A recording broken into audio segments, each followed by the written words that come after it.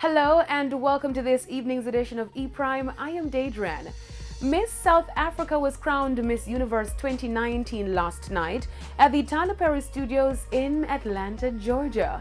Zozibini Tunzi won ahead of the two runners-up Miss Mexico and Miss Puerto Rico. During the final round, Miss Universe Zozibini Tunzi gave a strong response to the question, "What should we be teaching our young girls today?" I think the most important thing we should be teaching young girls today is leadership.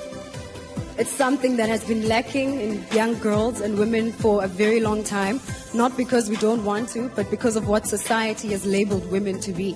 I think we are the most powerful beings on the world, and that we should be given every opportunity, and that is what we should be teaching these young girls, to take up space. After her win, Miss Universe took to Instagram to say that may every little girl who witnessed this moment forever believe in the power of her dreams, and may they see their faces reflected in mine. More than 90 women from across the world took part in the 2019 staging of the Miss Universe pageant.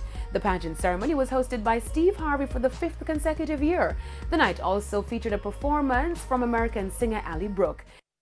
Reggae artist Coffee has secured yet another international collaboration. This time, the Toast hitmaker teamed up with Grammy-winning artist Daniel Caesar for the remix of his single Cyanide. The track is featured on Daniel Caesar's sophomore album Case Study 1, which was released early this year. The video for Cyanide remix was shot in Jamaica and has already gained close to 1 million views on YouTube since being released on December 4. Coffee was also featured on Caesar's Case Study tour, which was in support of his album. The tour ended on November 28. This meditation of me going up in a elation. That's it for this evening's edition of ePrime. I'm Daedran. Thank you for watching.